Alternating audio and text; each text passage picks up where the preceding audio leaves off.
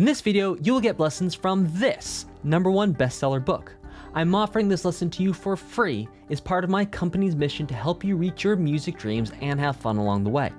You will find the playlist with all videos from this course in the video description and comments. There may be information in previous videos that will make the video you are watching now easier to understand. I recommend watching the videos in order. Hi, I'm Dan Spencer, author of the Best Music Theory Book for Beginners. Over 5,000 people have purchased this book, pushing it to hit #1 bestseller in its category on Amazon. Now, here is the next lesson and the Best Music Theory course, Level 1. Congratulations on making it to Harmony 1, where we're going to be talking about triads. Now, before we get into triads, let's define harmony and listen to some examples and watch some video. So harmony is when two or more pitches or notes sound at the same time. Melody is horizontal. We can think about melody. We have one note at a time. You know, it happens first note, second note, third note, fourth note. Whereas harmony happens vertically because we stack notes on each other, just like a harmonic simple interval where we had those note heads right on top of each other. So even though the note heads, if we look at two harmonic intervals in a row, for example, we can see that sure enough, they're happening from left to right, just like you would read regular notes. There's also something happening up and down. So when we think about harmony, it's not just happening from left to right, it's also happening up and down because we're stacking notes on top of each other. So let's take a moment and listen to example 76 together. We're going to listen one time and then I'll break it down on the second time through.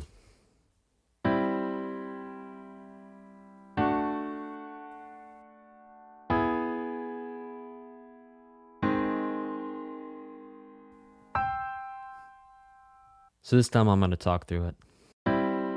Okay, so already, you remember our example for melody, we had one line.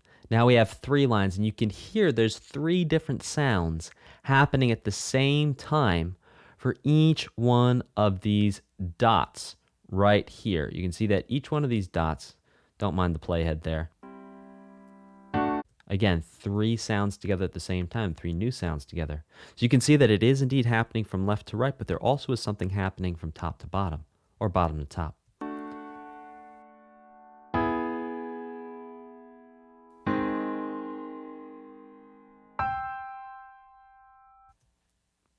So that is harmony. Multiple notes happening together at the same time, from left to right, through time, just like regular single notes happen. But that there's this extra thing, we're stacking all these notes on top of each other to create very different sounds than one note at a time. I will see you in the next lesson. In this lesson, you are going to understand what a chord is. You're also going to understand the 2 sides of the argument as to whether an interval is a type of a chord. Here we go. So a chord is a harmony. Harmony makes chords. Chords are a way of giving names to and describing the quality of different harmonies. So we can have this harmony here, and we're going to call that a specific chord. This harmony, which is different, we're going to have a different chord name and a different chord quality for that. Just like we called scales a major scale and the quality was major, or a natural minor scale and the quality was minor. We're going to have major chords, we're going to have minor chords. All those different quality words you've learned from your scales and your intervals, we're going to use those for chords as well. The next question is it a chord or is it an interval? Because when you were writing harmonic intervals and looking at harmonic intervals, there were 2 notes at the same time, and the very fact that it's called a harmonic interval means that, well, harmony is happening. And if we know that harmony makes chords, then doesn't it make sense that an interval, because it's a harmony, would be a chord? Well, there's 2 different ways of looking at this. The first way of looking at it is that any 2 notes sounded at the same time are an interval, but they are not a chord. That's the first school of thought. The second way of thinking about it is any two notes sounded at the same time can be classified as an interval and as a dyad, D-Y-A-D, which is a type of two-note chord. You could also think of two notes at a time as a chord fragment, and we will get into chord fragments, not in Theory 1, but later on. So the idea is that a chord is a harmony that conveys feeling, emotion, and meaning. And that's the quality. The quality of the chord is conveying something. Remember, just like with the intervals, the quality meant something. Perfect meant that it was more stable, right? Augmented meant, ooh, there was something wild going on there. It wasn't quite stable. Diminished, lots of friction there. So the idea is that you want to be able to communicate ideas and functions of chords with their names. And the argument is that if you only have two notes, that sound is not complex enough to imply the feeling and the emotion and the meaning. So what do you think of this? Which school of thought do you like? Personally, I like school of thought number 2. I like to think of two-note chords as dyads. That's also because as a guitar player, which is my primary harmonic instrument, so my primary melodic instrument would be my voice, that sings one note at a time, but to play two notes at a time to create harmonies, my main instrument would be the guitar. There's a lot of times, especially in jazz, when you just play dyads all day and you think of them as chords. So do you think that intervals convey emotion and meaning? Do you think that intervals should just be called intervals? I think we should save the 3 notes for the chord versus 2 notes for the interval. There is no right answer. Or maybe there is, and we just haven't found it yet. Who knows? Hope your mind's spinning and you're thinking about things. Don't worry about this lesson too much. This was just a little fun little tangent to go on to talk about the difference between intervals and chords. I will see you in the next lesson. In this lesson, you are going to learn about triads and chord tones. So triads are 3-note chords that are created with particular intervals. Not all 3-note chords are triads. So all triads are 3-note chords, but there's other 3-note chords out there that are not triads. So let's talk about chord tones, and you're going to understand more what constitutes a triad as we go through this lesson and the next couple of lessons. So chord tones are the notes that are in a chord. Chord tones have names just like scale degrees, but chord tones are not scale degrees because they're part of a chord, not a scale. In a scale, one note happens at a time. In a chord, a bunch of notes happen at the same time, so we're going to give them different names so we can keep track whether we're talking about a scale or a chord. Now, even though chord tones are not scale degrees, because you already understand scale degrees, we're going to think about chord tones relating to scale degrees that you already know to help them make sense for you. So we have 3 chord tones and triads because we have, well, 3 notes. The name of the first note is called the root. All other notes in the chord are going to be related to the root, just like in scales, all scale degrees are related to the tonic. So the root is kind of like the tonic. The next note in a triad is going to be the third. The third is related to a scale degree 3 from a major scale or scale degree flat 3 from a natural minor scale.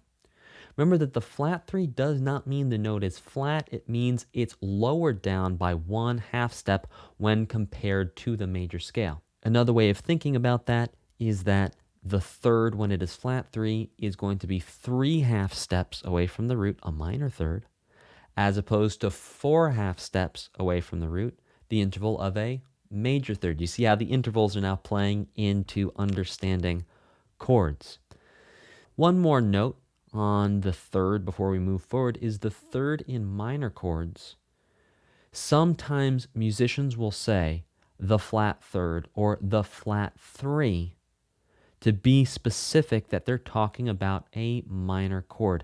Now, these terms are not perfect because we could also say the flat 3 for the scale of a natural minor scale. So these terms are not perfect for describing a chord, but they get the job done most of the time. And for a lot of musicians who don't understand a lot of music theory or have not been able to get music theory education, this is the way that they express and understand there being a minor third in a chord. The last part of a chord for us to talk about is the fifth. The fifth is related to scale degree 5. So in summary, we have the root, which is essentially like scale degree 1 or the tonic. We're going to have the third, which is like scale degree 3 from a major scale or scale degree flat 3 from a natural minor scale, which is almost like the mediant. So the third is like the mediant. And then we have the fifth of the chord. The fifth is going to be like scale degree 5 or the dominant. In the next lesson, we are going to do a deep dive into both a major and minor triad and see these terms in application. I will see you there. In this lesson, you are going to see and understand how the terms root, third, and fifth work in a triad. So we're going to start off by looking at C major. We're going to look at the chord tones. Remember, the chord tones are just quite simply the notes in a chord. And we're going to see how they relate to scale degrees. We're also going to review their names. So whenever we want to make a major chord, we're going to take the root, third, and fifth. Another way of thinking about that is scale degree 1, scale degree 3, and scale degree 5 from the major scale, and we're going to stack them all on top of each other. So root scale degree 1 is C. Third, scale degree 3, is E. And the fifth, scale degree 5, is G. We stack those all on top of each other, root, third, and fifth, and that's how we get a C major triad. That right there is a C major triad, C, E, and G. Now let's break down a minor triad. So for a minor triad, we're going to take the root, third, and fifth, or scale degree 1, flat 3, and 5 from a natural minor scale, and we're going to stack them all on top of each other. So in this case, we're going to use an A natural minor scale. So A is going to be scale degree 1, which we're going to call the root because it's for a chord. C is going to be scale degree flat 3, which we're going to call the third. And then E is going to be scale degree 5, which we're going to call the fifth. And we're going to take the root, third, and fifth, or A, C, and E. We're going to stack them all on top of each other, A, C, E, to create a minor triad, or to give it its full name, an A minor triad with root, third, and fifth all stacked on top of each other. In summary, all major and minor triads are built with 3 chord tones, a root, third, and fifth. And we can think about the root, third, and fifth for a major triad as coming from scale degree 1, 3, and 5 of a major scale. And we can think about the root, third, and fifth for a minor triad as coming from scale degree 1, flat 3, and 5 from a natural minor scale. I will see you in the next lesson. In this lesson, you are going to learn how to name a triad and also how to think about naming triads. So whenever we talk about naming a triad, we're always going to start with the root note or the root. And that's going to be the letter name of the chord. For example, in an A minor triad, A is the root. In a C major triad, C is the root. And in an E minor triad, E is the root. And in a G major triad, G is the root. So whatever the note name, the letter name from the musical alphabet that the root is, so whatever letter from the full musical alphabet is the root, that's going to be the first part of the name of the chord. Second, we'll name the chord quality. So chord quality defines whether the chord is major or minor. In an A minor chord, the quality is minor. In a C major, the quality is major. So let's say the root note is E and the quality of the chord is minor. You're going to call the chord E minor. Whenever you want to write down just a letter representation of a chord, it's going to be called a chord symbol. I'm going to give you some examples of some chord symbols right now. So the chord symbol for C major is just C. That's it. The chord symbol for G major is just G. The chord symbol for A minor is A and a minus sign. The chord symbol for E minor is E and a minus sign. That's it.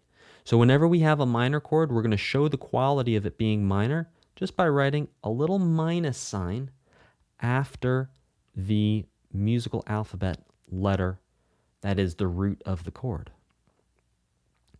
So let's understand a little bit more about these chord names. So whenever you see a C or a G, we're always obviously assuming that it's major.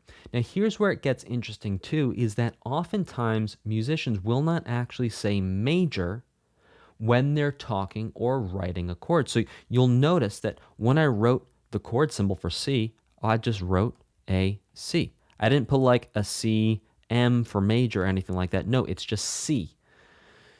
So when you talk about major chords, when musicians talk about major chords, if they say a C chord, what they mean is a C major chord. They're assuming the chord is going to be major. If you say an F chord, it's an F major chord.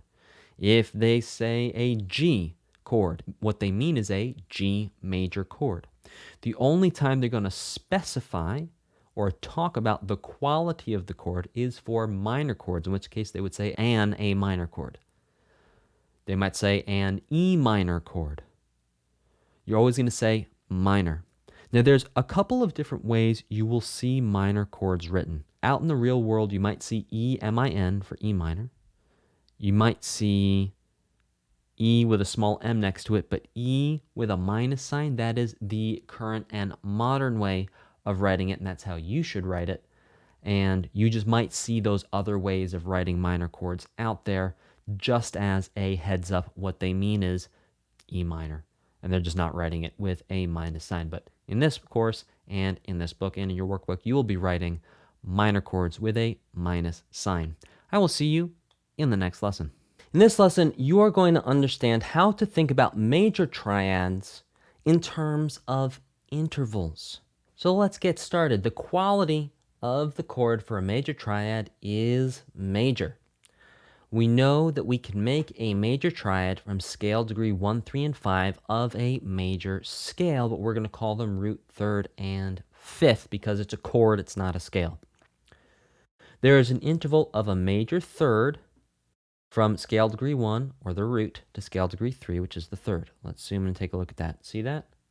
There you go. There's a major third. From C to E is an interval of a major third. Then from scale degree 3 to scale degree 5, or the third to the fifth, from E to G is an interval of a minor third. And we can count that. E to F, F sharp to G flat to G. That's going to be 1, 2, 3 half steps, which is going to be the interval of a minor third. Lastly, the interval from the root to the fifth, or if you're thinking about it in a scale way, scale degree 1 to scale degree 5, C to G, is a perfect fifth. That's the interval. Now, what's interesting is that all major triads, without exception, once you memorize these intervals, you will know every single major triad. All major triads are a major third from the root to the third. They are a minor third from the third to the fifth, and a perfect fifth from the root to the fifth. This is how all major triads work. So what we're going to do now is we're going to break down a G major triad. So we're going to have a G, a B, and a D. So from G to B, G to G sharp or A flat, G sharp or A flat to A to A sharp or B flat, A sharp or B flat to B. That's 4 half steps. So this right here is a major third. Now let's break down B to D. From B to C, that's 1 half step. From C to C sharp or D flat, that's 2. From D sharp or D flat to D, that's 3. That, sure enough, is going to be a minor third. Now let's double check our G to our D. From G to G sharp or A flat, that's 1/2 step. To A, that's 2. To A sharp or B flat, that's 3. To B, that's 4. To C, that's 5. To C sharp or D flat, that's 6. From C sharp or D flat to D, that is 7. That's a perfect fifth right there. Perfect fifth. So we can see that these intervals exist and work for all major triads. It does not matter what note you start on, as long as you do a major third from the root to the third, a minor third from the third to the fifth, and a perfect fifth from the root to the fifth, you will always have a major triad. I will see you in the next lesson. In this lesson, you are going to understand how to break down a minor triad using intervals and a system that works for all minor triads. Doesn't matter what note from the full musical alphabet they start on. So the quality of the chord is minor. We're going to construct the chord or make the chord from 1, flat 3, and 5 of a natural minor scale. There's an interval of a minor third from root to third. We can also think of that as scale degree 1 to scale degree flat 3 if you want to think about it as a scale. And there's an interval of a major third from the third to the fifth, or scale degree 3 to scale degree 5 if you're thinking about it like a natural minor scale. And then we have an interval of a perfect fifth from the root to the fifth, or from scale degree 1 to scale degree 5 if you're thinking about it in terms of scales. So let's go in and prove this out, and then we'll also break down and understand an E minor triad. So from A to C, we have A to A sharp, a B flat, that's 1/2 step. To B, that's 2. To C, that's 3. 3/2 steps is an interval of a minor third, so that's great. We've got the minor third there. Now from C to E, from C to C sharp or D flat, from C sharp or D flat to D, from D to D sharp or E flat to E, that is 4/2 steps. 4/2 steps is a major third. That's an interval of a major third. So that's all good. Now we want 7/2 steps to get our perfect fifth. So we're going to go from A to A sharp or B flat to B to C sharp or D flat to D sharp or E flat to E. Sure enough, 7/2 steps. That gets us our perfect fifth.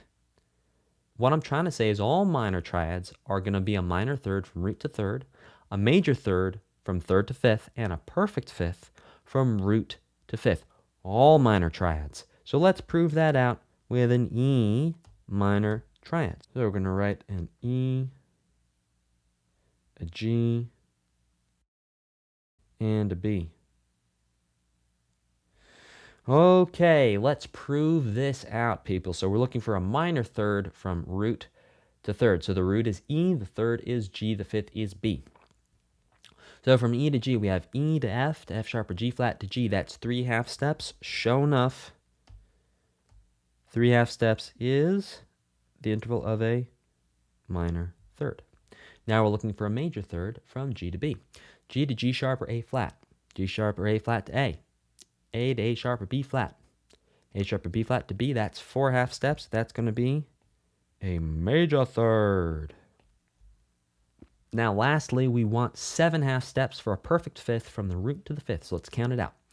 E to F to F sharp or G flat, F sharp or G flat to G, G to G sharp or A flat, G sharp or A flat to A to A sharp or B flat, A sharp or B flat to B. That is 7.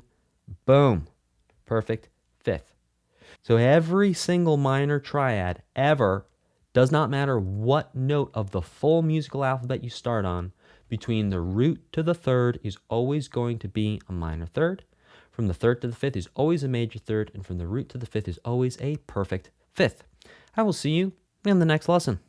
In this lesson, you are going to learn how to write triads, which is basically the same rules as writing stems for intervals, which was basically the same rules as writing stems for single notes, just adding a little extra on the end. So we're always going to think about the note head that is closest to the open end of the stem. And just as a quick reminder for you, the open end of the stem is right here.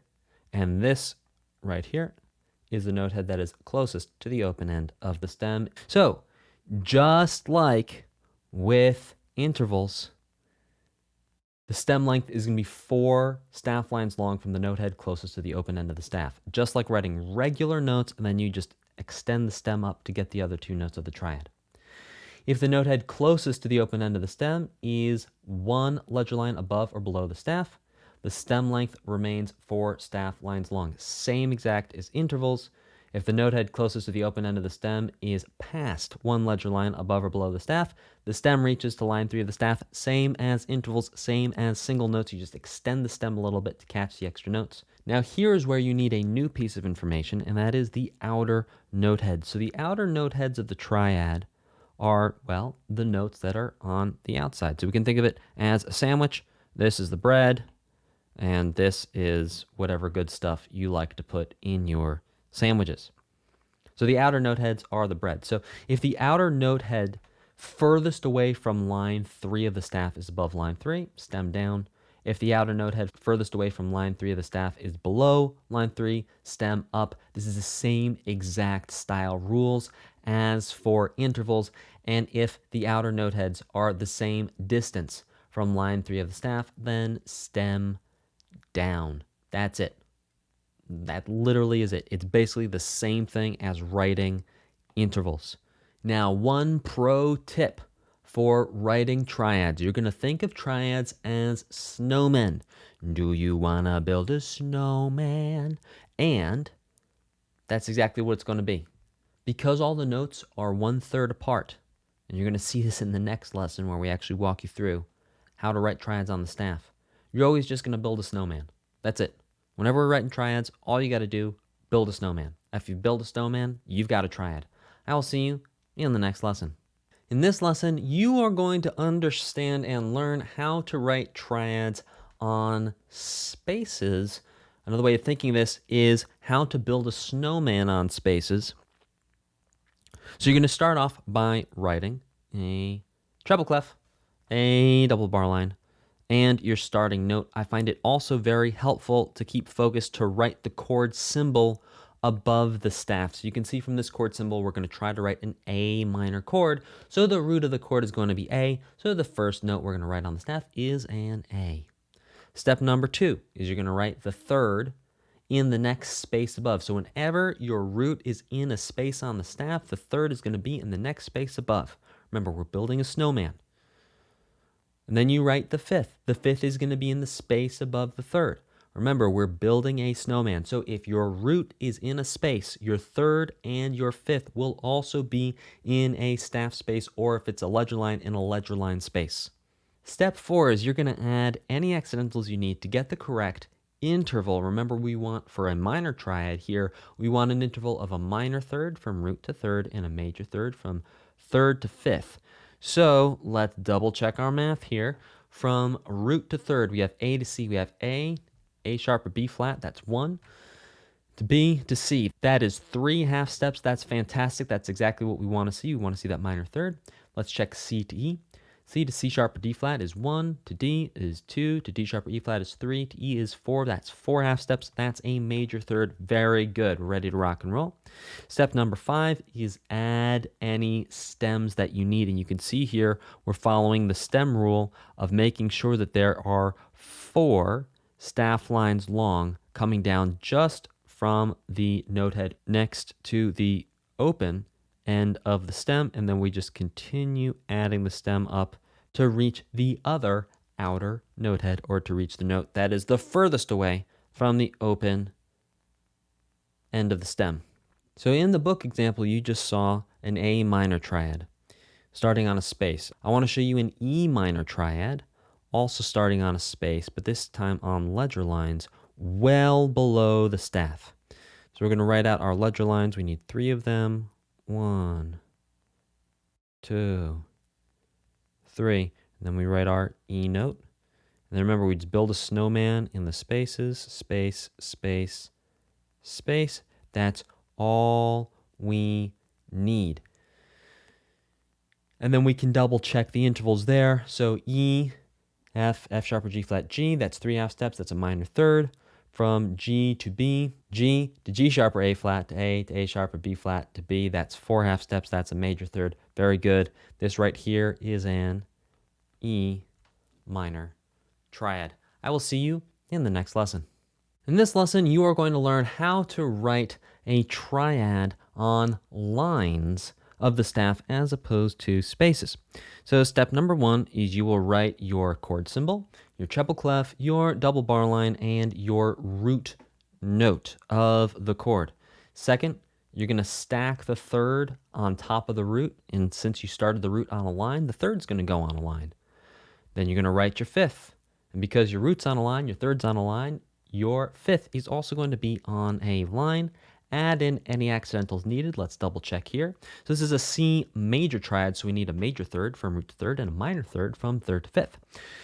So we're going to go from C to E. So C, C sharp or D flat, D, D sharp or E flat, E. That's 4 half steps. That's good. That's a major third. And then from E to G, E, F, F sharp or G flat, G. That's 3 half steps. Very good. That's exactly what we need for our C major triad. And then we're going to add a stem. And again, the stem rule is that the note head closest to the open end of the stem, we're going to have 4 staff lines long. Sure enough. That's exactly right. And then we're adding extra stem on for the rest of the triad, or if you're writing quarter notes or half notes for your triad. Let's hop into some staff paper and I'll show you another triad written with some ledger lines. So step number 1, write the treble clef. We're going to write the double bar line. I'm going to show you a triad with some ledger lines. We're going to do an A minor triad, so we're going to start off by writing an A minor chord symbol above the staff to make sure we know what we're doing.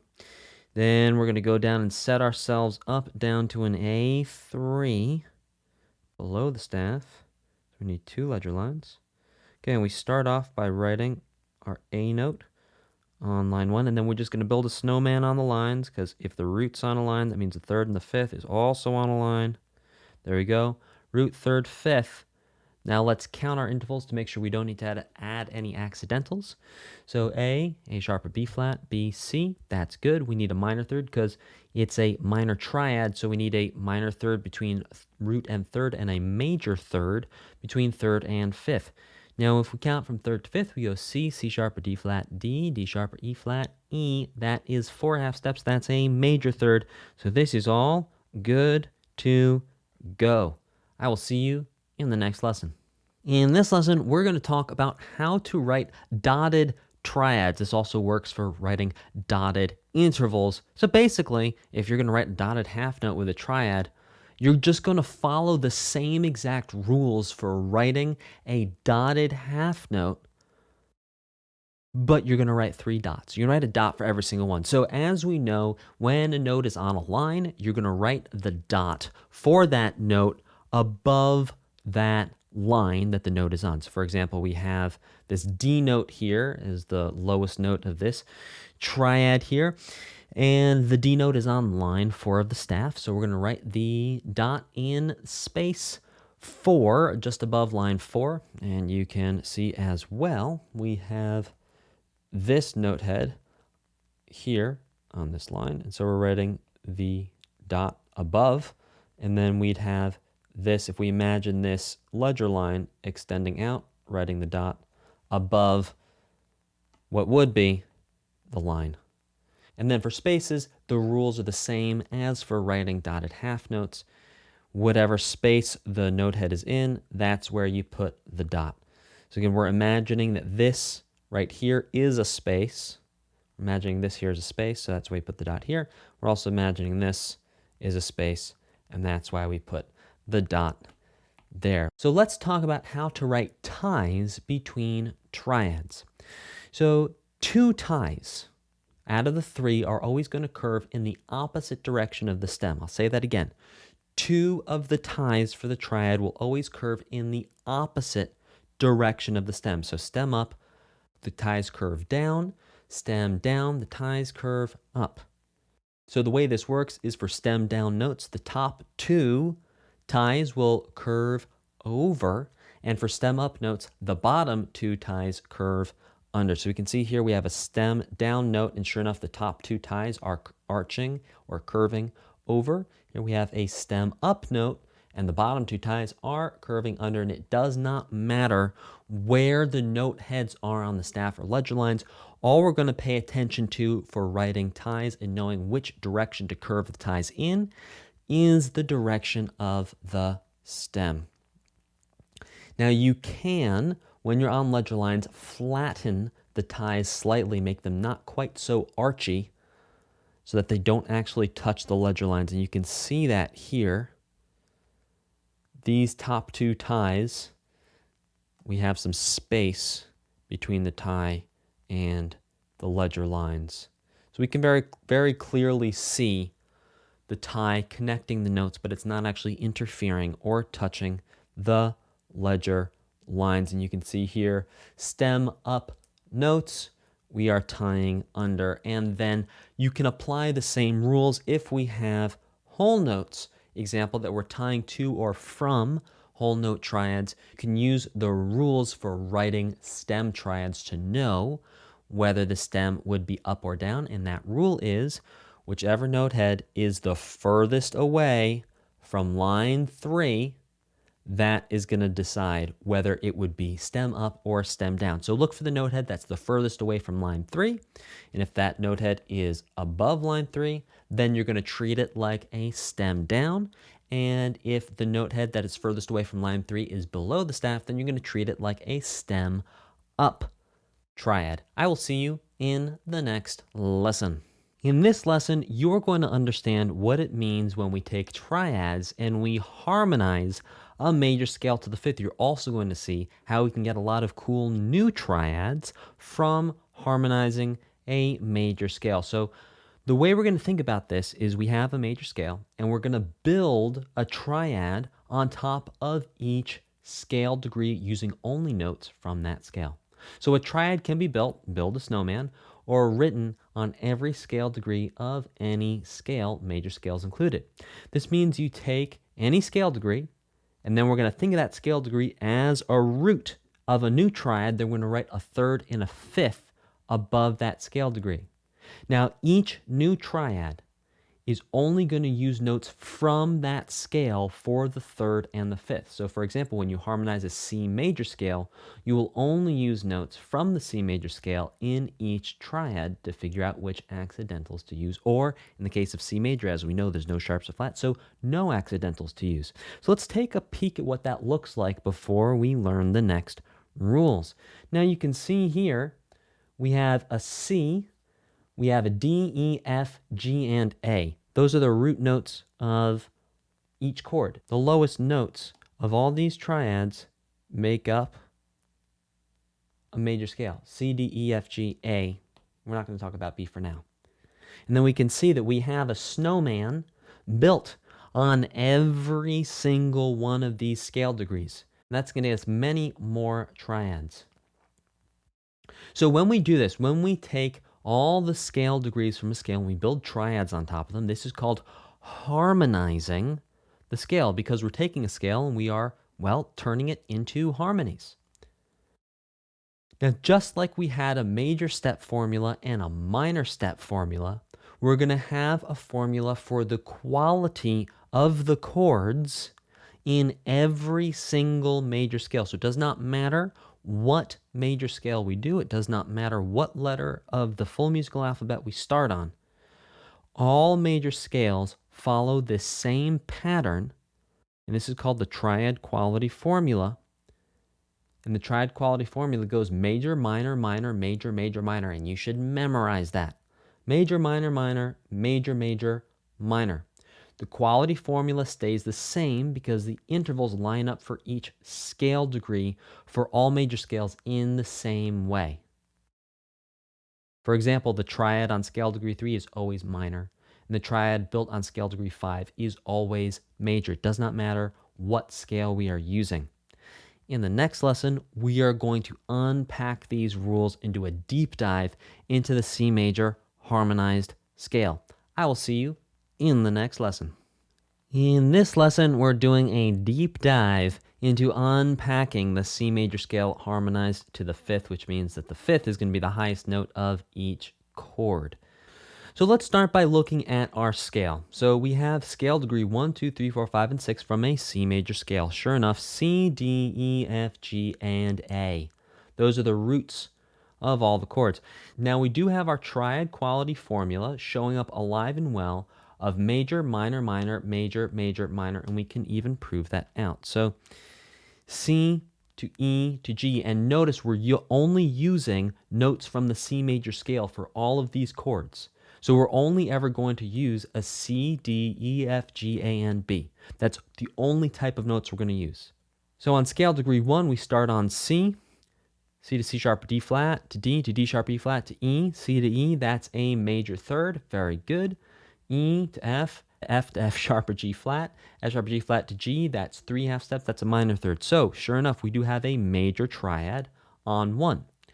Now, supposedly, we have a minor triad on scale degree 2. So for a minor triad, we should have a minor third between the root and the third, and a major third between the third and the fifth.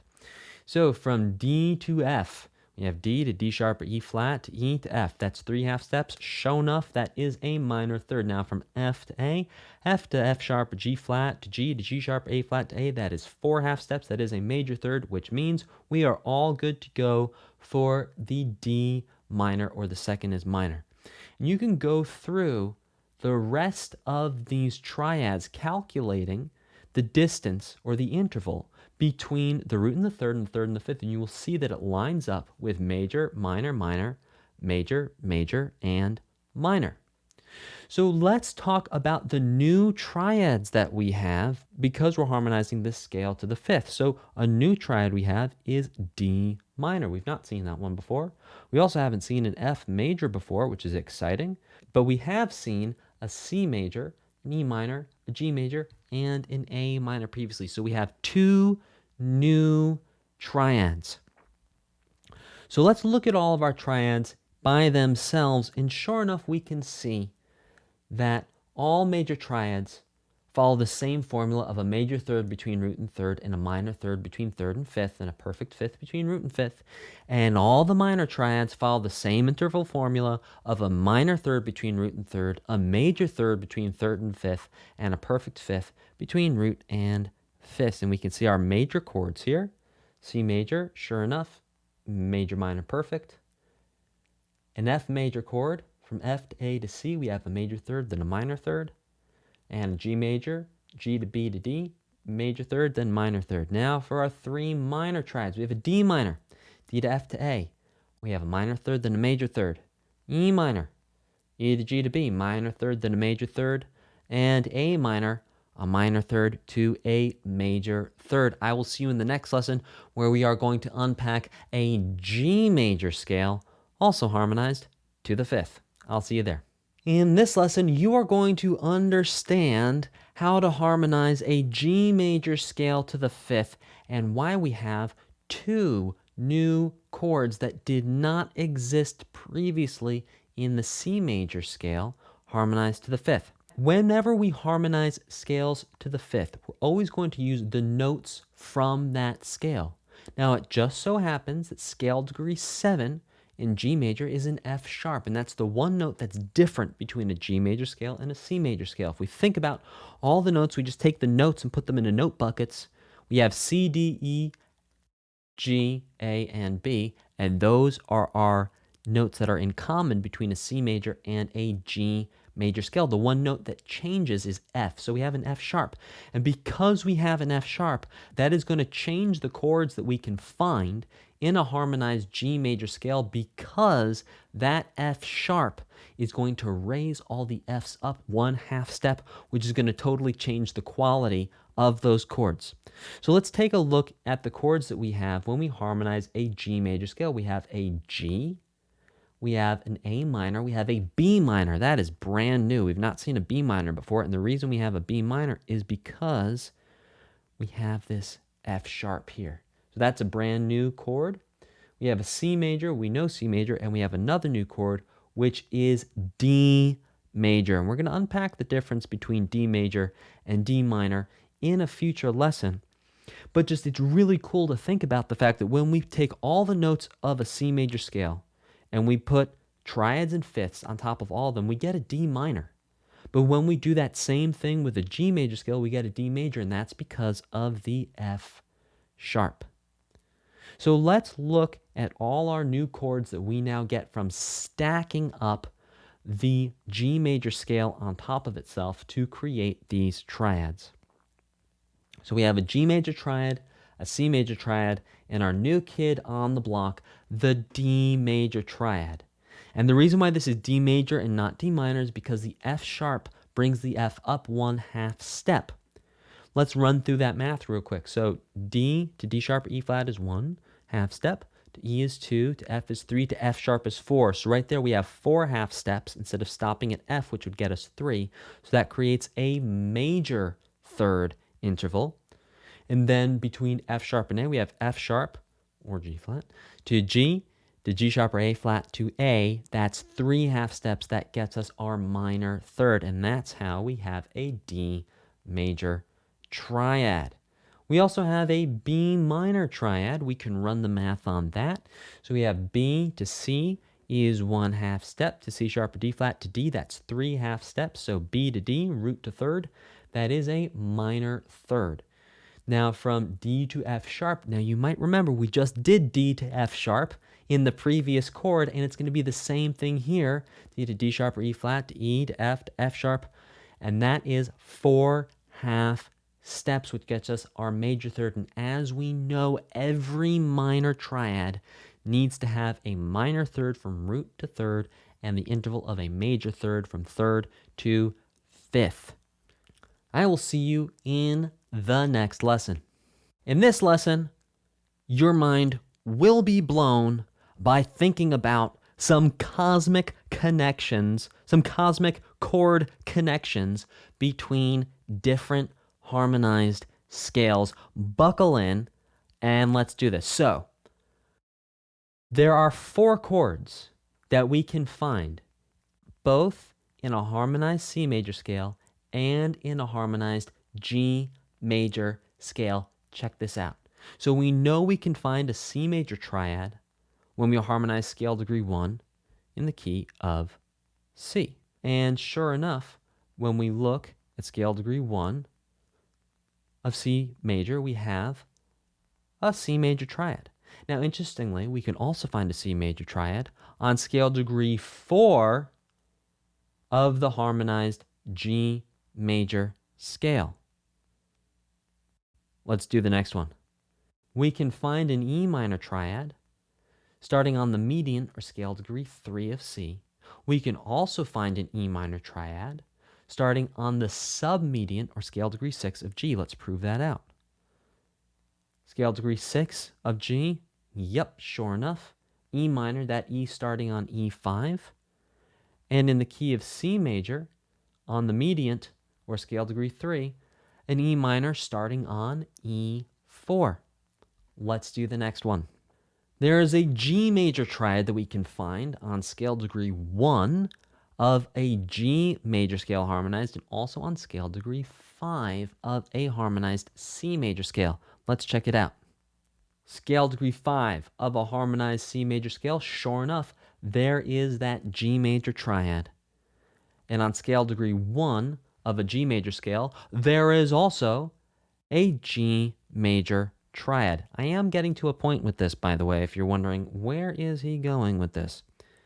The next and last chord for us to find a cosmic chord connection with is the A minor. A minor we can find starting on the supertonic or scale degree 2 of G, and we can also find it on the submedian or scale degree 6 of C. So let's check that out. Sure enough, scale degree 2, supertonic, we have an A minor in the key of G, and scale degree 6 in C major, we have an A minor. Now, these 4 chords, what's the connection and why is it important? It's important because there's only one note that changes from the C major scale to the G major scale, and that is the F sharp. And because they have 6 notes in common, you're going to have common chords that show up in both. So it's to illustrate and help you really understand that connection between those similar notes, that because whenever we harmonize a major scale, we're just taking those same scale notes, those 7 scale notes, we're just stacking them on top of each other to make root thirds and fifths, to make triads, that we're going to have common chords that show up. Now, the one chord that is a big difference between a harmonized C major and a harmonized G major scale is the D chord. And the D chord difference all comes down to the third, because of the F sharp in the G major scale and the F natural in the C major scale. This has been a lesson on cosmic chord connections, and I will see you in the next lesson.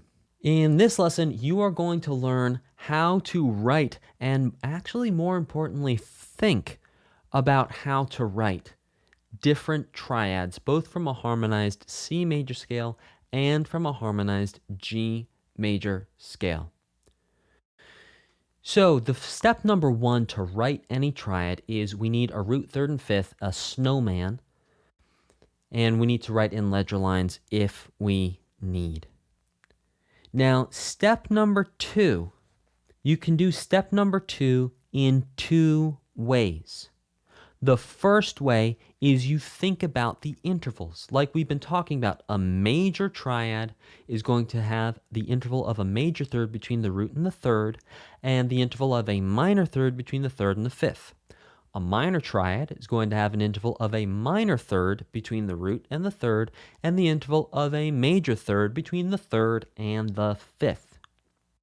So you can just think about it that way, and that's fine. And if you want to just think about it that way, great. Stop the video here, go have fun, go write your triads. But if you want to learn about the second way of thinking about them, stay tuned. So this is writing without a key signature. This is writing with accidentals. So here's an example. We have a B minor triad that you want to write. So you can think of the B minor as starting on the mediant of G, or scale degree 3 of G. You know the quality is minor because of the quality formula. Major, minor, minor, major, major, minor. And you also know that the F is sharp because you're harmonizing the G major scale, and there's an F sharp in the G major scale. Or, going back to our first way of thinking, you can just think in terms of intervals. There's a minor third from root to the third, a major third from third to fifth, and a perfect fifth from root to fifth. You count the half steps and check your work, add in an accidental if you need it. Example number 2. Imagine you want to write a C major triad. You can think of a C major triad as starting on either the tonic, or scale degree 1 of C, or on the subdominant, or scale degree 4 of G. You know the quality is major because of the quality formula of C and G major harmonized scales. So C major harmonized is major, minor, minor, major, major, minor, and G major harmonized is major, minor, minor, major, major, minor. Now the reason we know it's major is because major, C, if we're thinking about the scale of C, major is our first chord quality. And if we're going to 4 for G major, we can go major, minor, minor, major. So we know scale degree 4 for G, or scale degree 1 for C, is going to be major. So we know C is going to be major. So then you can go ahead and write the triad without adding any accidentals, because you know there's no F notes in this triad, and you know the only note you're going to need to write an accidental on is F. Or you could just think about it with intervals, and you could say to yourself, okay, there's a major third. We have a major triad, so we need a major third from root to third.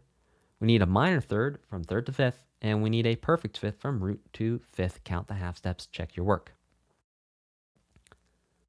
And then what you would do is you would add in the accidentals on any notes that need accidentals according to the harmonized scales, or you add in the accidentals because it would make the intervals correct. So there's 2 ways of thinking about this. You can either think about writing triads in terms of the harmonized scale and thinking about it in relation to all the notes of the scale, or you just think about building the triad with the minor third or major third interval, and then the minor third or major third interval on top of that. I will see you in the next lesson. In this lesson, you are going to learn all about Roman numerals and why they matter in music.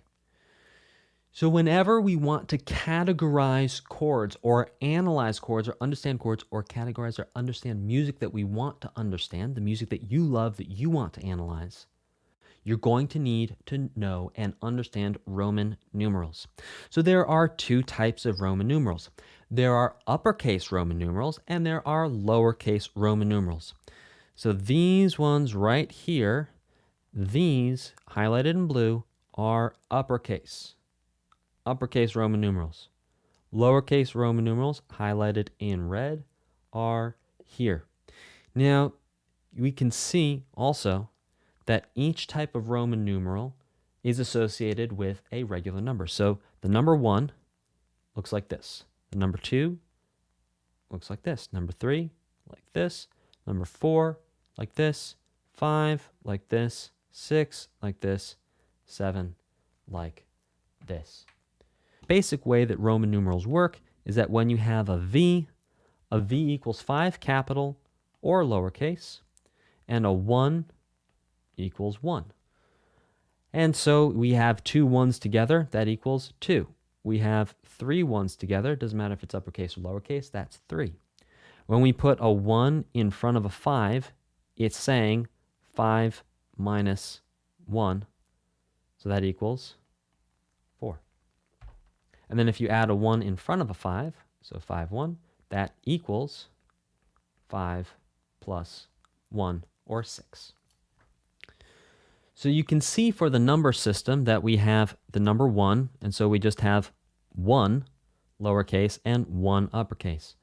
The number 2, we have 2 lowercase, 2 uppercase. The number 3, we have 3 lowercase, 3 uppercase.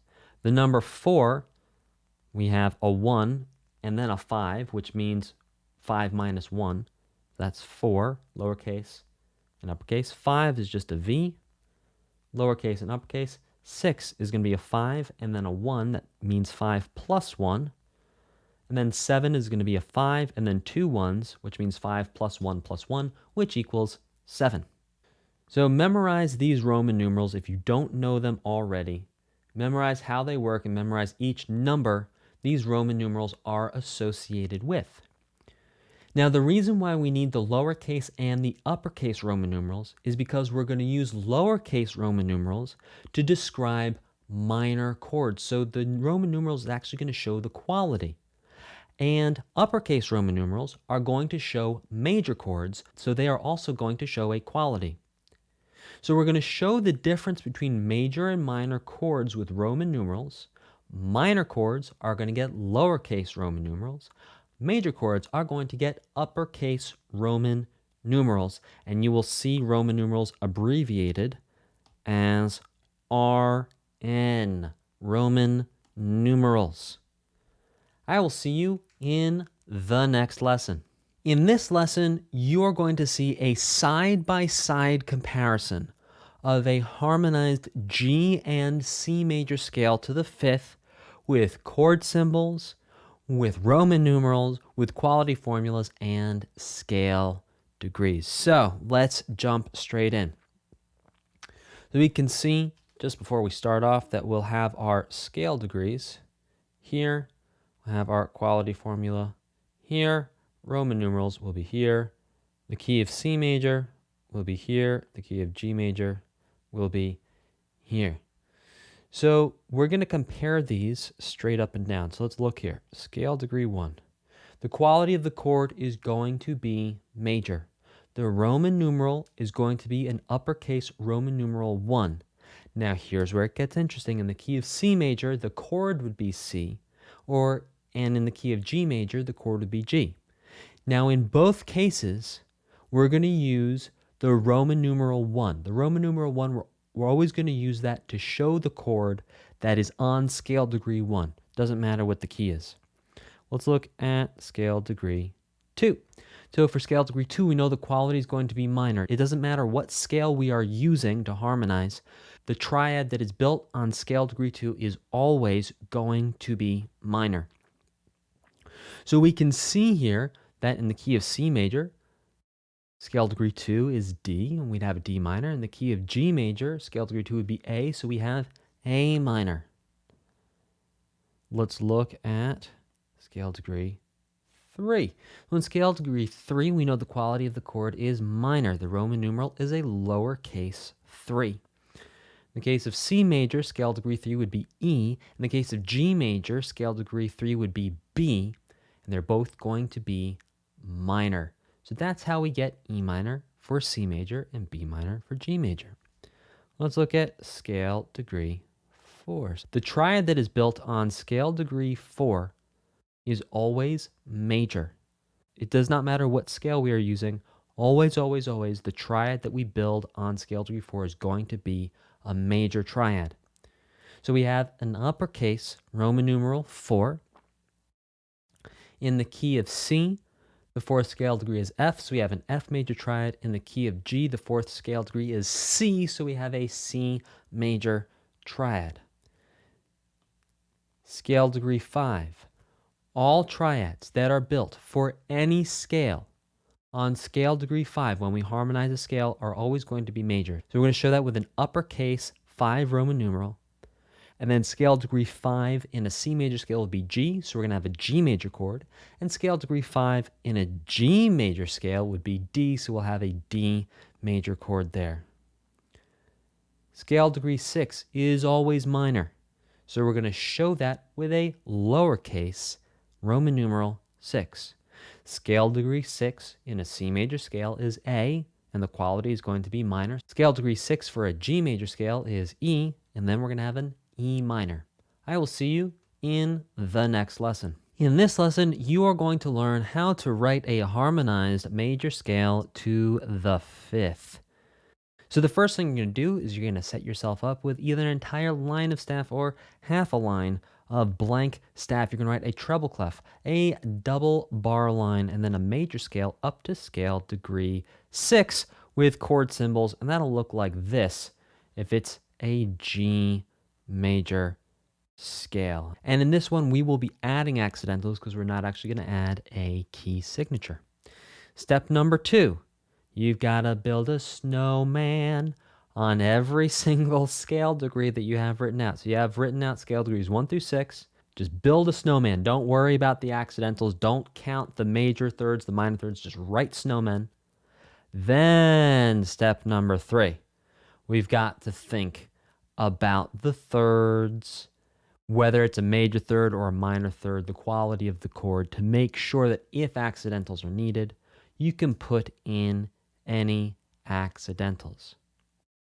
Now, when you write a harmonized major scale with a key signature, you actually have a little less work to do. So you're going to start off just the same, writing a treble clef, this time a key signature, and then the scale up to scale degree 6 with a double bar line. Add the chord symbols in on top. Then you've got to build a snowman on every single scale degree. And then what you can do for bonus is, because you don't have to go in and add those accidentals because this key signature is going to take care of the accidentals, you can go in and write your Roman numerals for bonus points. All right. So we're going to start with a treble clef. We're going to write a double bar line over here. And then we're going to write out a scale. I'm going to do C major starting on C4, C, D, E, F, G, A. Remember, only going up to scale degree 6. Now, because C major, there are no sharps or flats, we could say this is with a key signature, or we'd say it's not with a key signature. It doesn't really matter because there are no sharps or flats. Okay, now step number 2 is we have to build a snowman for every single scale degree. And again, make your writing neater than mine. Oh boy. Yeah, let's keep it going. Like I said, when I was in music school, every single one of my teachers always was like, Dan, could you please write a little bit more neatly? And I try, but my brain just don't do it that way. So anyway, now we have our snowmen. Then you can go through and check your major thirds and minor thirds to make sure you have the quality of the chords correct. And then as a bonus, what I recommend doing is writing out the Roman numerals below each chord. And the reason why you should write the Roman numerals out, and the reason why it's a bonus, and the reason why it's good to do it, is because the more you make the connection between the chords in the harmonized scale and the Roman numeral, the easier it's going to be when you actually sit down to analyze and break down and understand the music that you love and that you really want to understand. I will see you in the next lesson. In this lesson, we are going to talk triads, specifically the reason why we want Roman numerals in order to be able to refer to triads, and then also some cool, nifty little ways that these Roman numerals have showed up in pop culture in the past. So when musicians describe a triad or how triads relate to each other, a lot of times they talk about the Roman numerals in the following ways. The 4 of C. Oh, the 4 of C. What does that mean? So the 4 of C means F, but let's break down why we're calling it the 4 of C. So we're going to say C is scale degree 1. We're going to go 2 is D, 3 is E, F is 4. So the 4 of C is F. Plus, if you know your triad quality formula, you'll know that 4 is always going to be a major triad. So the 4 of C is going to be an F chord and it's going to be a major chord. Or the 5 of the tonic, or the 5 of 1. So 1 is C, the tonic is C, the 5 would be G. And if you know your triad quality formula, major, minor, minor, major, major, you know that the chord built off of scale degree 5 is going to be a major triad. The 2 of the root. Now, if that's not confusing, I don't know what is. So a lot of times musicians will conflate. Conflate means when you take two things that are different and you confuse them as being one. So a lot of times musicians will conflate root and tonic. Tonic is when we're talking about a scale. Root is when we're talking about a chord, but a lot of times they use those interchangeably. So when they say the 2 of the root, what they actually mean is the 2 of the tonic, or the 2 of the 1, which in the scale of C major would be a D minor triad, because we're talking about 2, C, D, and we know from our triad quality formula, major, minor, minor, major, major, minor, that the chord built off of scale degree 2 is going to be a minor triad. So all these different ways of describing a chord will get everyone to understand which chord is being talked about. Now, one of the advantages of understanding Roman numerals is that not all chords need to be spoken. So if you know the tonic of the scale is, for example, G, so G is 1, you instantly know that 2 is A minor, 3 is B minor, and so on. 4 would be C major, 5 would be a D major triad, and 6 would be an E minor triad. Now you can see this in action if you go onto YouTube and you watch old videos of the TV show The Late Show with David Letterman, where the band leader Paul Schaefer would hold up fingers to show the Roman numeral of the chord he wanted people to play. So all he would have to do is he'd have to turn around and yell at the band, G. Now the band knows G is 1. So then he puts up a 2. What chord does the band play? A minor.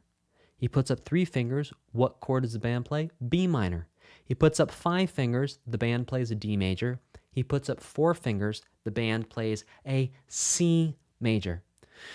So in addition to being able to understand and analyze the music that you want to understand and analyze, the music that you love, knowing these Roman numerals is super useful just in general for talking about music. Because as soon as you know what the 1 is, as soon as you know what the tonic is, another way of thinking about this is as soon as you know what key you're in the key of G major, G is 1, then we all know 4 is going to be C major, 5 is going to be D major, 2 is going to be A minor.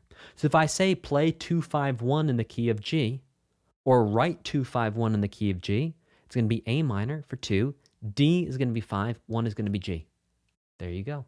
I will see you in the next lesson. In this lesson, you're going to start to understand what happens when we harmonize a natural minor scale instead of a major scale. So just like a major scale, a triad can be built on every scale degree. You can build a snowman on every scale degree or written on every scale degree of a natural minor scale. That means you take any scale degree, you call that scale degree the root, and then you get a third and a fifth using only notes from that scale. For example, when you harmonize an A natural minor scale, you will only use notes from the A natural minor scale. And when you harmonize notes from the E natural minor scale, you will only use notes from the E natural minor scale. And this is, as you know from the major scales, called harmonizing the scale. Now, just like the step formula changed from major scales to natural minor scales, the triad quality formula also changes from a major triad quality formula to a natural minor scale triad quality formula. Natural minor scale triad quality formula goes like this: minor, skip, major, minor, major, major. One more time. It goes like this: minor, skip, major, minor, minor, major, major. We're going to look at what happens on scale degree 2 and the best music theory book for beginners 2 or course 2. Don't worry about that for now. You actually won't need it to understand a lot of the music that you want to understand, and that's why we're pushing it to course number 2. Now, the quality formula, just like with the major scales, stays the same for all natural minor scales. It does not matter what the tonic is of the scale we're looking at. We could have an E natural minor, we could have an A natural minor scale. The natural minor scale quality formula is always going to be minor, skip, major, minor, minor, major, major. Always. For example, the triad built on scale degree flat 3 is always major, and the triad built on scale degree 5 is always minor. Let's take a look at an A natural minor scale and break it down with this understanding. So already you can see we're skipping scale degree 2. Don't worry about scale degree 2. It has a totally different type of quality, a totally different name, and we're not going to worry about that right now. So don't worry about scale degree 2. That's also like telling someone not to think about pink elephants. As soon as I tell you not to think about pink elephants, you are now thinking about a pink elephant, but don't worry about scale degree 2.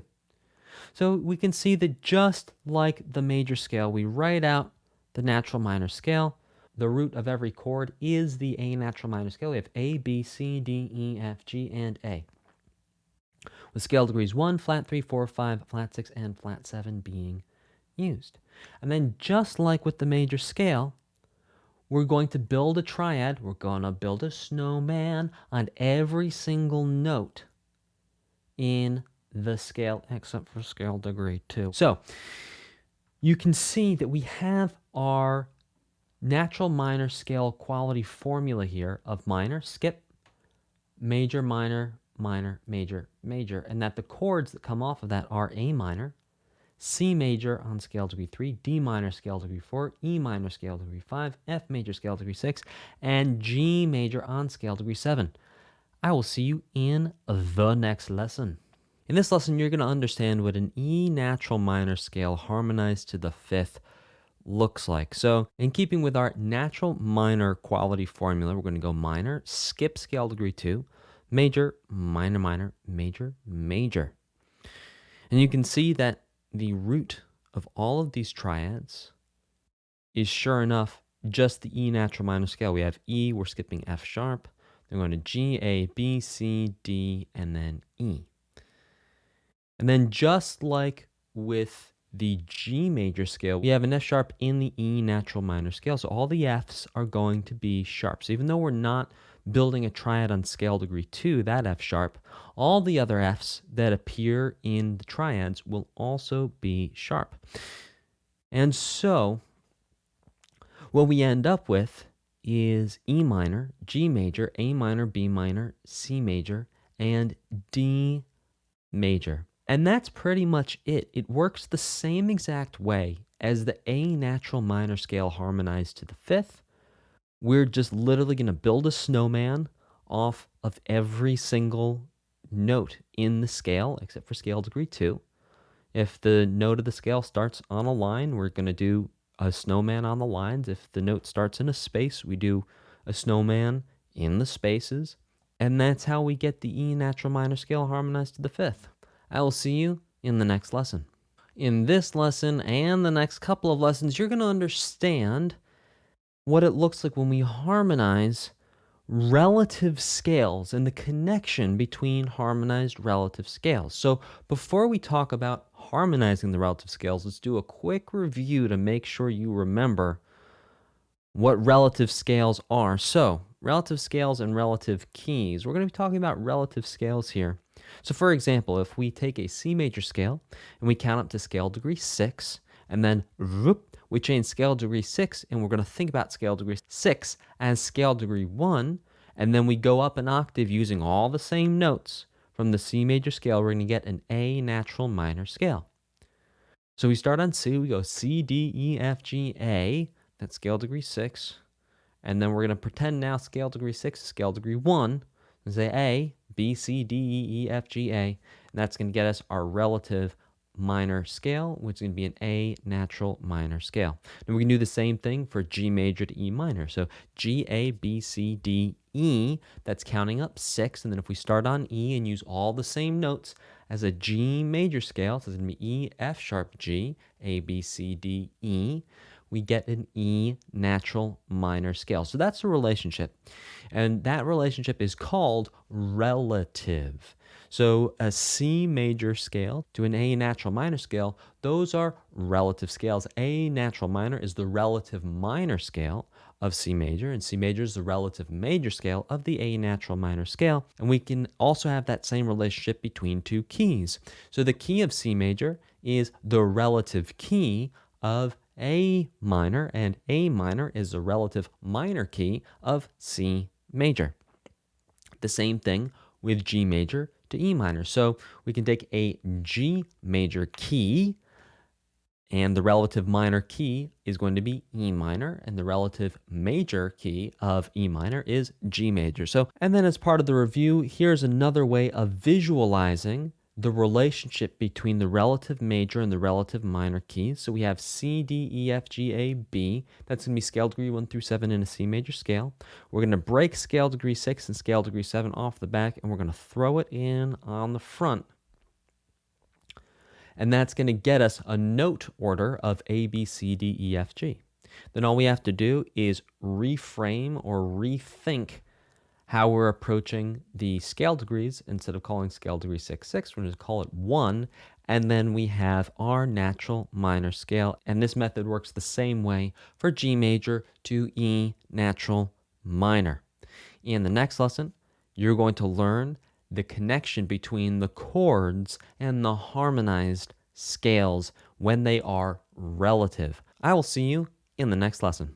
In this lesson, you're going to understand how relative harmonized scales actually share the same chords in addition to sharing the same notes and also key signatures when we look at them for keys.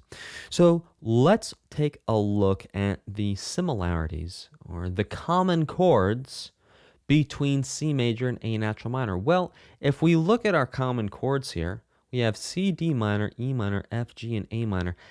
And hang on a second, that's 6 chords. That's all the chords we have, which means, sure enough, that all the chords in a harmonized A natural minor scale and all the chords in a harmonized C major scale are exactly the same. They're all exactly the same. And the reason for this is because, as you may remember from the previous lessons and also previous lessons where we talked about relative keys and relative scales, is that they actually share the same notes. So because they share the same notes, when we stack those notes on top of each other, when we build snowmen to make triads, we end up with the same exact chords, just in a different order, in the same way that relative scales have the same notes but in a different order. We see the same thing here. They're going to have the same chords when we harmonize them to the fifth, just in a different order. Let's take a look at a harmonized G and E natural minor scale now.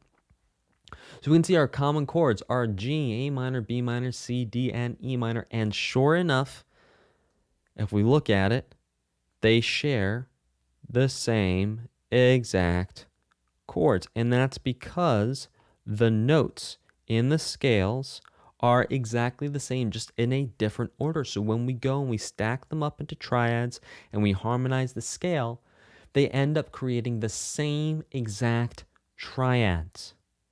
Exactly the same. In summary, whenever you have relative scales, so we have G major is the relative major of E minor is the relative minor of G major. When we have that relative relationship, when we harmonize those scales, we're going to end up with the same exact chords, just in a different order, in the same way that both scales have the same notes, just in a different order. I will see you in the next lesson. In this lesson, you are going to understand the connection between the major triad quality formula and the natural minor scale triad quality formula, and why the relative keys are connected in the same way that they're connected with the same chords when we harmonize them to the fifth. The scales have the same notes and the keys have the same key signature. So let's take a look at this. We're going to do the same thing we did when we understood breaking off scale degree 6 and 7 and throwing them to the front, to understand how the major scale goes from scale degree 1 to scale degree 6, and then we can think about the minor scale as starting on scale degree 6 and then going up an octave using the same exact notes as the major scale. So we can see here we have our major quality formula of major, minor, minor, major, major, minor. Now what happens is if we break off scale degree 6 and scale degree 7, and keep in mind, you can see scale degree 7 here, there's no chord here. We're going to get to that chord in theory 2, because that's a whole nother can of worms. So we take scale degree 6 and scale degree 7, and we throw them to the front of the line. So we have a minor and a skip. So we take the minor and the skip, and we put them at the beginning in the same way we can put scale degree 6 and scale degree 7. We looked at it right up here, scale degree 6 and scale degree 7 from the scale, going to the front. We're doing the same exact thing here. We're just looking at it instead of scale degrees. We're looking at it with the triad quality formula. Then we have minor, skip, major, minor, minor, major, major. And then we end up with that formula of minor, skip, major, minor, minor, major, major. So another way of thinking about this is right here, we have the major triad quality formula going major, minor, minor, major, major, and then it ends here with minor. And all we're doing is we're taking that last minor in the skip and we're putting it in front of that major triad formula, going minor, skip, now it's the major, major, minor, minor, major, major. I will see you in the next lesson. In this lesson, you are going to understand how to write triads from the natural minor scale. So, as you learned in the last couple of lessons, when we harmonize a major and a relative minor scale, we get the same exact chords, just in a different order. In the same way that when we have those scales, when they're not harmonized, they have the same exact notes. They share the same notes, just in a different order. So a quick review on Roman numerals. Lowercase Roman numerals are for minor triads, and uppercase Roman numerals are for major triads. So let's take a look at our natural minor scale quality formula here. Just the minor chords, we're going to have minor 1, minor 4, and minor 5. The major chords, we're going to have major 3, major 6, and major 7. And when we put the whole thing together, we'll have minor, skip, major, minor, minor, major, major, which sure enough is our natural minor scale triad quality formula. So here's an example of an E natural minor scale harmonized to the fifth, also using Roman numerals to express the quality of each chord, whether it's major, whether it's minor, and also what scale degree it's built on, whether it's built on scale degree 1, 3, 4, 5, 6, or 7. Take a look at that for a moment. You can also come back to this in your book. We're also going to take a peek at the A natural minor scale, Harmonized to the fifth with Roman numerals here. And sure enough, we can see it's all lining up with minor, skip, major, minor, minor, major, major. The Roman numerals are agreeing with the quality formula. We also have the chord symbols that are agreeing with the quality formula, and also with the scale degrees, interestingly, as well. So to actually write a harmonized natural minor scale to the fifth, you're going to write out the natural minor scale with a treble clef and a double bar line. You're going to add your chord symbols above the staff. Step number 2 is you build a snowman on every single scale degree except for scale degree 2. We're going to skip scale degree 2. And then you add in your accidentals. Now, to harmonize a natural minor scale to the fifth with the key signature, all you need to do is write your treble clef, your key signature, your double bar line, write your natural minor scale, add your chord symbols, and then just build snowmen. And because the key signature is going to make all the Fs sharp, for example, in the case of E minor, in the case of A minor, you don't actually need to put anything in the key signature, remember, because there's no sharp or flat notes in the key of C major or A minor, and those are the relative keys. Then you're done.